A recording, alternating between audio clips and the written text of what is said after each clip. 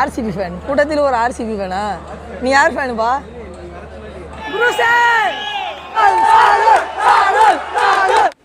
இதான் Chepauk railway station.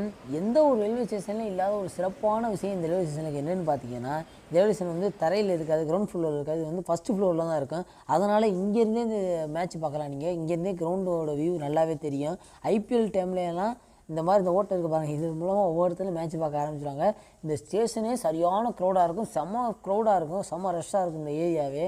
அதுவும் இந்த ஸ்டேஷன் மட்டும் கிடையாது, இப்போ கீழே இறங்குனீங்கன்னா கிரவுண்டை சுற்றி வந்து பார்த்திங்கன்னா ஸ்கொயர் ரோடு மாதிரி சதுரமாக ரோடு போகும். அந்த ரோட்டில் ஏன்னா அவ்வளோ கூட்டமாக இருக்கும், ஃபுல்லாகவே க்ரௌடு தான், செம்ம டிராஃபிக் ஜாமாக இருக்கும். இதெல்லாம் நான் வந்து டிவியில் பார்த்துருக்கேன், என் ஃப்ரெண்ட்ஸ் எல்லாம் சொல்லி நிறையா கேள்விப்பட்டிருக்கேன். நான் அதுக்கு முன்னாடி கிரிக்கெட் கிரவுண்டுக்குள்ளே போய் மேட்ச் பார்த்ததில்லை.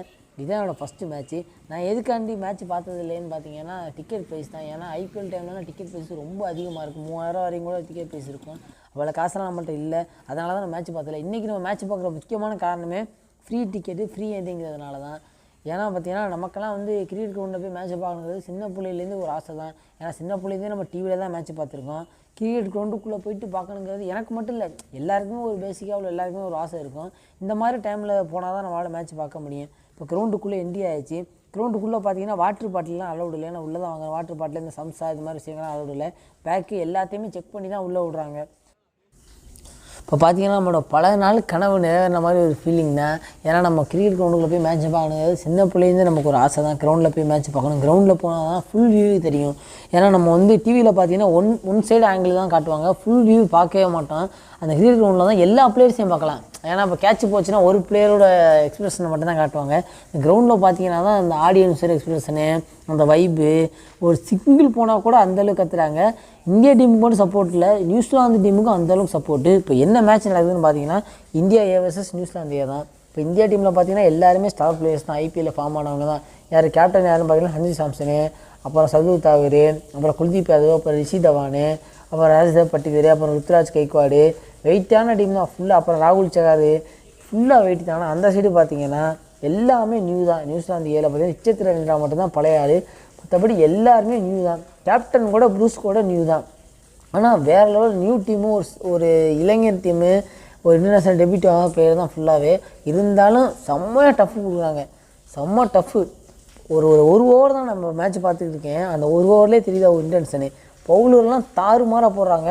நான் வந்து கிரிக்கெட் டிவியில் பார்த்துருக்கேன் பந்து, ஆனால் ரொம்ப ஸ்பீடாக வருமானு தெரில. ஆனால் இங்கே பார்த்தீங்கன்னா அதில் ஒரு பாலும் விருட்டுன்னு வருது, அப்படி மின்னல் மாதிரி போகுது. இவ்வளோ வேகமாலாம் பந்து யாரால போட முடியும்னு தெரில, நம்மளாலாம் போடவே முடியாது.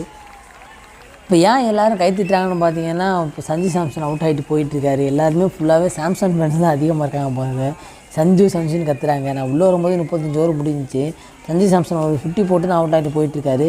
க்ரௌடு ஃபுல்லாக செம்ம சீரஃப். ஆனால் க்ரௌண்டில் ஒரு சைடு மட்டும்தான் ஆடியன்ஸ் இருக்காங்க. அந்த ஒரு சைடு உள்ள ஆடியன்ஸும் சஞ்சுன்னு கத்துறாங்க பாருங்கள். அது எப்படி அந்த வேறு லெவல் வைப்பாக இருக்குது. நானும் கூட தான் கத்திக்கிட்டு இருந்தேன் கூட்டத்தில், வேறு லெவலில் இருந்துச்சு. நான் கிளம்புனதுலேருந்தே சஞ்சு சாம்சன் அவுட் ஆகக்கூடாது அப்படின்னு சொல்லிட்டு ஸ்கோர் போர்டில் கிரிக் பஸ்ஸில் பார்த்துக்கிட்டே தான் வந்துக்கிட்டு இருந்தேன். கரெக்டாக நான் உள்ளே வந்து 2 பால் பேட்டிங் பிடிச்சார், 3ஆவது பால் எபிடபிள்யூ ஆகிட்டார். சரி பரவாயில்ல, அப்படிங்க வந்ததுக்கு 2 பால் பேட்டிங்காவது பார்த்தேன் அப்படின்னு சொல்லிட்டு போக வேண்டியதான், மனசை தேர்த்திக்க வேண்டியதான்.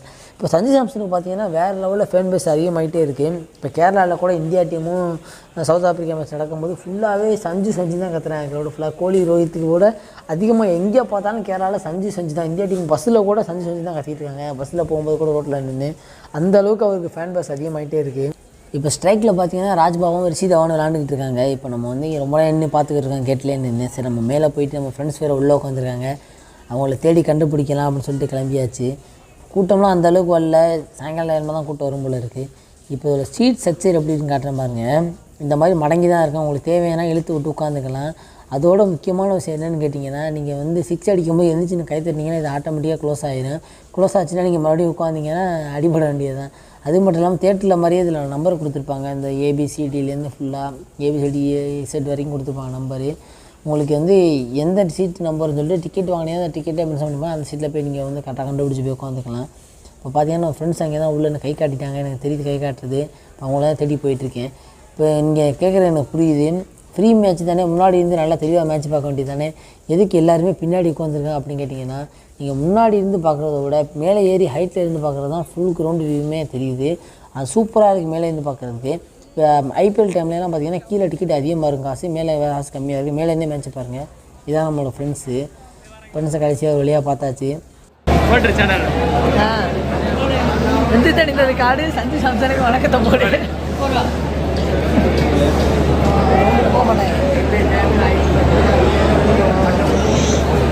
எங்கள் தலைவர் இங்கேருந்து சிக்ஸை அங்கே அடிப்பார், வெளில அடிப்பார், பந்த வெளில அடிப்பார், அந்த லூப்பில் அடிப்பார் சிக்ஸு இங்கேருந்து.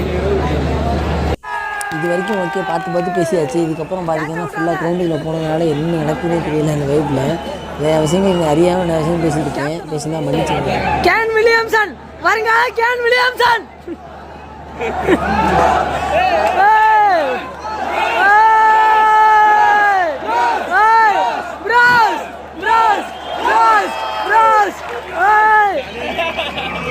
யாரு குளிப்பா போறது இல்லையா? போறது குளிப்பா இல்லையா? அடிப்பாரு நேரம் எங்க தலைவர் இருந்தாருன்னு வச்சுக்க, எங்க தலைவர் மட்டும் இருந்தாருன்னு வச்சுக்க. அதான் சிஎஸ்கே வெனியூவா? ஆர்சிபி ஃபேன் கூட்டத்தில் ஒரு ஆர்சிபி ஃபேனா? நீ யார் ஃபேனுப்பா? Cricket fan. ஆர்சிபி உங்க முடியல ஒளிஞ்சிருக்கும். அவுட்டா? ஓ செம்ம டேவியா? கொஞ்சம் பார்த்துங்க ஒரு வாட்டி. வெந்து தனிந்தது காடு வேணாம், பூல்ஸ் ரேஸ் மாதிரி ஆயிடும்.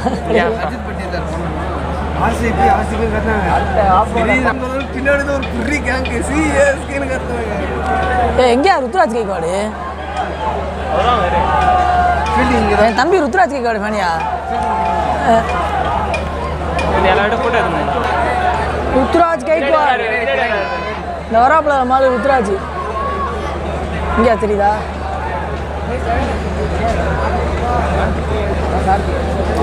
இப்போ ரன் எத்தனைனா 39 ஓவருக்கு 202 ரன்னா. இப்போ சர்தூர் தாகர் மட்டும் எடுத்துருக்காப்புல, அவர் தான் வெயிட்டிங். சர்தூர் தாகர் கண்டி தான் வெயிட்டிங்கா? யார் கேப்டனா?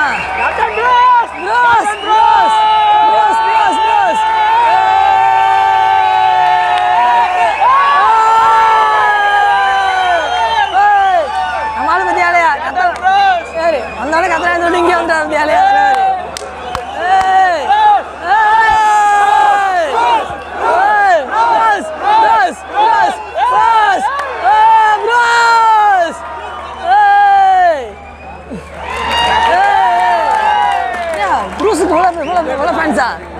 இதுக்கு மேலே என்ன மேட்ச் விளையாடிக்காரு?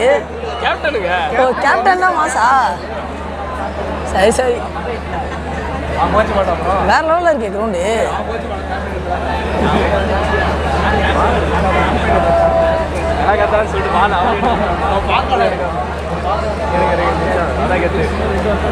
நீ இந்தியா மேலே நியூசிலாந்து மேலே அவுட்டாக வந்துருக்கீங்க.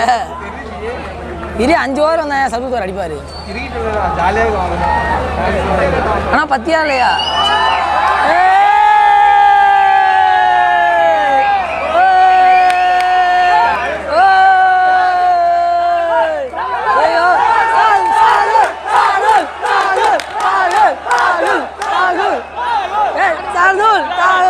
நினைச்ச நடந்துச்சா கடைசியில்?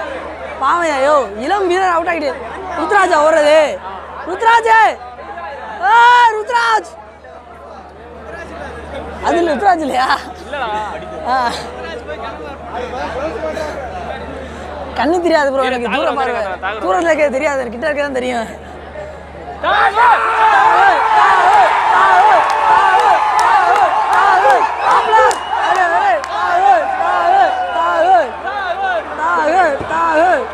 அப்பல வானவேடிக்கை காட்டுறிய, வானவேடிக்கை காட்டுறிய, வானவேடிக்கை வானவேடிக்கை.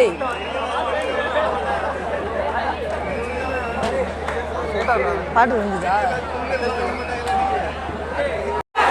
CSK CSK CSK CSK. என்ன ஆர்சிபி எதுக்கு கத்துற? நீ இங்க இருந்த கூட்டத்தில் எதுக்கு ஆர்சிபி கத்துற? சென்னையில் வந்து ஆர்சிபி கத்துறீங்களப்பா.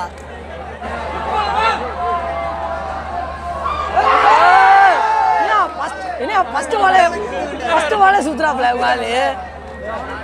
ஃபர்ஸ்ட் வாழை சுத்துறாப்ல.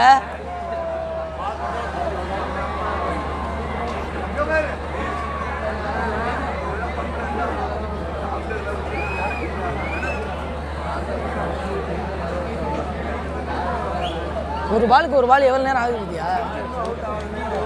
சஞ்சு சாம்சன் விடாமல் இருந்தால் வானம் அடிக்க வந்துருக்குமா?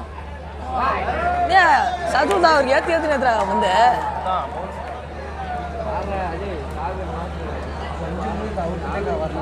கீப்பர் நிற்கிற இடம் தான் நம்ம வைக்கிற 6 காட்டு தானே. ஸ்ட்ரெயிட்டில் நம்ம கீப்பர் வைக்கிற இடம் தான் நம்ம வைக்கிற 6 அளவு இருக்கும். அவ்வளோதான். எவ்வளோ நம்ம 6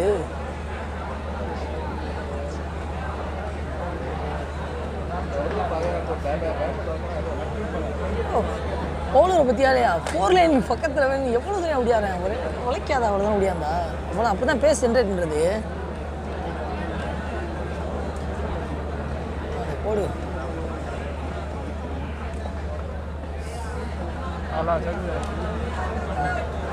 இப்போ இந்த சைடில் உள்ள கிரவுண்டை மட்டும் தான் இப்போ ரெனோவேஷன் பண்ணிட்டுருக்கேன். இதனால தான் போன வருஷம் சிஎஸ்கே மேட்ச் கூட சென்னையில் நடக்கலை. இந்த வருஷத்தில் கட்டி முடிச்சிடுவாங்கன்னு நினைக்கிறேன். ஐபிஎலுக்கு இந்த வருஷம் ஐபிஎல்லாம் கட்டி முடிச்சிடுவாங்கன்னு நினைக்கிறேன். வேலை பார்த்தீங்கன்னா அந்தளவுக்கு மூலமாக தான் நடந்துக்கிட்டு இருக்கு. சிங்கம் கலை இறங்கிடுச்சு. நான் வந்ததுக்கப்புறம் தான் ஃபஸ்ட்டு போகிறேன்னு நினைக்கிறேன். நான் வந்ததுலேருந்து 35வது ஓவர்லேருந்து தான் ஃபஸ்ட்டு போகிறா. 4 அடிக்கும்போது வீடியோ எடுக்க முடியாது கரெக்டாக. அப்போ கட் பண்ணுறேன் கரெக்டாக அடிச்சு போகிறேன்.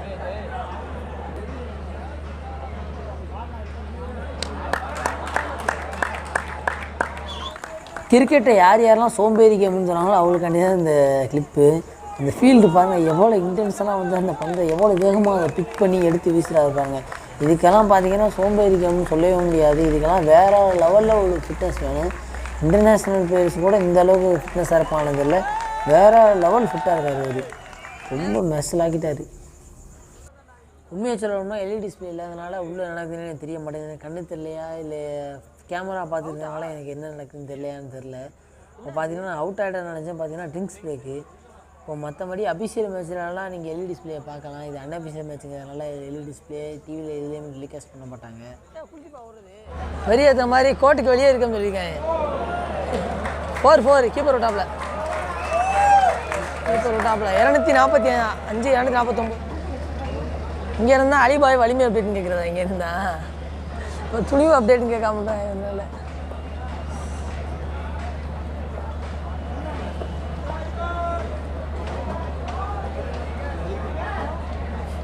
அந்த பால் 6.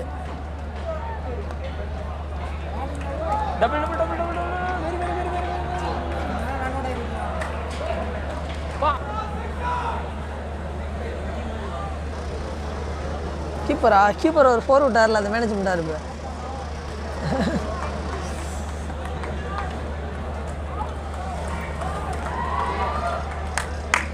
இப்போ பார்த்தீங்கன்னா கீப்பர் கொடுத்து பவுலர் கொடுத்து பேசியிருக்காரு. ஏதோ ஒரு ஐடியா கொடுத்து பாருங்க. அது வீட்டில் சந்தோஷ் சாப்பிட சொல்லிட்டாரு. அந்த பால் என்ன நடக்க போகுதுன்னே தெரியல. வேறு ஒரு இன்ட்ரெஸ்டிங் ஐடியா கொடுத்ததுக்கு அடி போட்டுட்டாரு. ஐடியா கொடுத்து இல்லையா சதுர் தான் தான் உள்ளத்துக்கு போட சொல்லி பாரு. உள்ளத்துக்கு போட அடிக்க மாட்டான்னா பொட்டுட்டா வெள்ளத்துக்கு அடிச்சுட்டான்.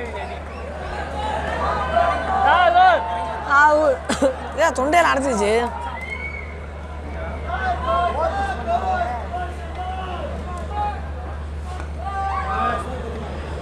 அது மூஞ்செல்லாம் தொலைச்சுடுவா பத்தியால். இதெல்லாம் கேமராவில் காட்டவே மாட்டாங்க. அது ருத்ராஜ் தானே இது? கண்ணு தெரியாது எனக்கு கிடக்கு. இப்போ கீழே பார்த்தீங்கன்னா உம்ரான் மாலிக் வந்து ஆடியன்ஸோட செல்ஃபி எடுத்துக்கிட்டு இருக்காரு. அது கொஞ்சம் நேரத்துக்கு முன்னாடி தான் ருத்ராஜ் கேக்கோட வந்து எடுத்துக்கிட்டு இருந்தார் செல்ஃபி. இப்போ பார்த்தீங்கன்னா உம்ரான் எடுத்துக்கிட்டு இருக்காரு.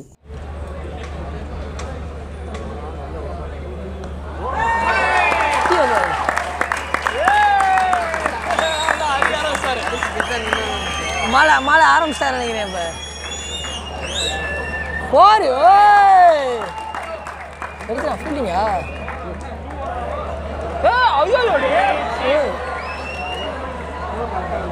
அவுட்டா? இப்போ ரசிகர் பார்த்தீங்கன்னா வேறு லெவலில் ஒரு ஃபீல்டரால் ரன் அவுட் ஆக்கப்பட்டார். இப்போ பார்த்தீங்கன்னா சவுதூர் மட்டும்தான் இருக்கார். சவுதூர் அடித்தா தான் ரன்னு. இப்போ என்ன பண்ணுறாருன்னு பார்ப்போம். சவுதூர் தாவு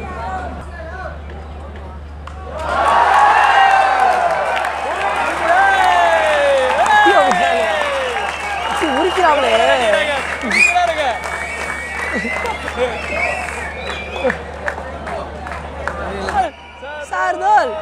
சார்தோல் சார்தோல் 3 6 அதோட 3 இல்லை 3 2 தானா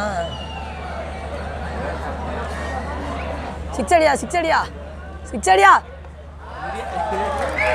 கரெக்டாக லாஸ்ட் பால் சிங்கிள் தட்டிடாப்ல லாஸ்ட் பால் சிங்கிள் தட்டிடாப்ல இந்த சைடு அடிக்கிறாப்ல இப்போ 6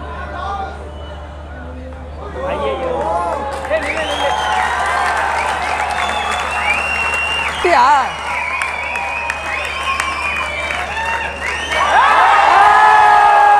இந்த மேட்சை பார்ப்போம் 6 போடு மாப்பிள போடு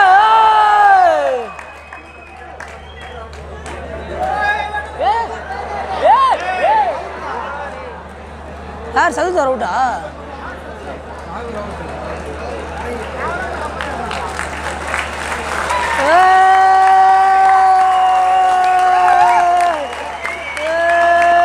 என்ன மாப்பிள்ள இப்படி பண்ணிட்டியா மாப்பிள்ள இந்த 2 6 காட்டுவேன்னு பார்த்தேன்